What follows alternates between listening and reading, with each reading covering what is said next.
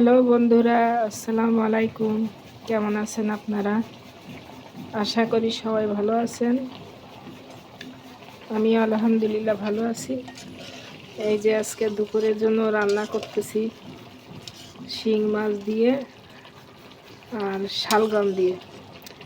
আমি এই মশলা দিয়াটা দেখাই নেই আপনাদের, কারণ আপনারা জানেনই কি মশলা দেওয়ার আগে। মাছটা আগে ভালো করে রান্না করে নিচ্ছি। আর এই যে আমার শালগম কুটে রাখছি। মাছটা কষানো হয়ে গেলে শালগম দিয়ে দেব। দেখতে থাকেন আপনারা, ফিরে আসতেছি আবার। এই যে দেখেন আমার মাছটা কষানো হয়ে গেছে। এই যে আমি উঠাই ফেলছি বাটিতে। এবার এখানে দিয়ে দিব এই যে আমার শালগম দিয়ে ভালোভাবে কষায় নেব।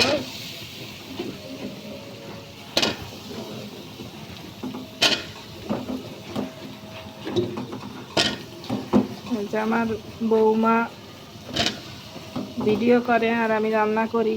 ও আজকে গাজর কুচাচ্ছে। এক হাত দিয়ে সবটা দেখানো সম্ভব হচ্ছে না। এক হাত দিয়ে মোবাইল ধরে রাখা, এক হাত দিয়ে দিয়া সমস্যা হয়ে যায়। তারপরেও চেষ্টা করতেছি দেখানোর।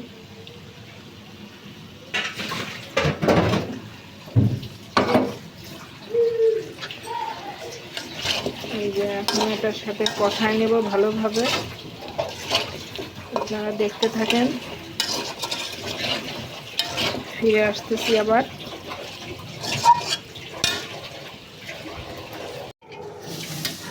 হ্যালো বন্ধুরা, এই যে আমার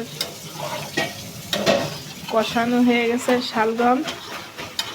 ঝোলের পানি দিয়ে দিছি, আপনাদের আর দেখাতে পারি নাই, আজান দিচ্ছিল। বাড়ির কাছে মসজিদ, আমি কথা বললে কিছুই শোনা যেত না, এজন্য কষানোটা পুরো দেখায় নাই। ঝোলের পানি দিয়ে দিছি। এটা ফুটলে মাছটা দিয়ে দেব। এই যে আবার চলে আসলাম। তরকারিটা সিদ্ধ হয়ে গেছে। শালগমটা একটু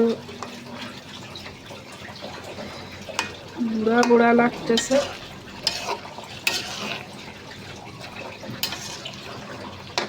একটু সিদ্ধ হতে সময় লাগতেছে। উপরতে দেখে একদম কচি, কিন্তু ভিতরে একটু শক্ত শক্ত হয়ে গেছে। এই যে এখন মাছ দিয়ে দেবো। দেখেন মাছগুলো সব দিয়ে দিলাম।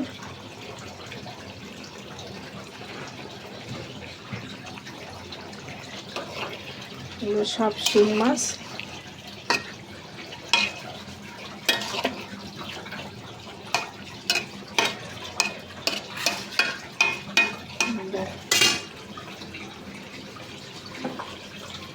এই যে টমেটো দেব।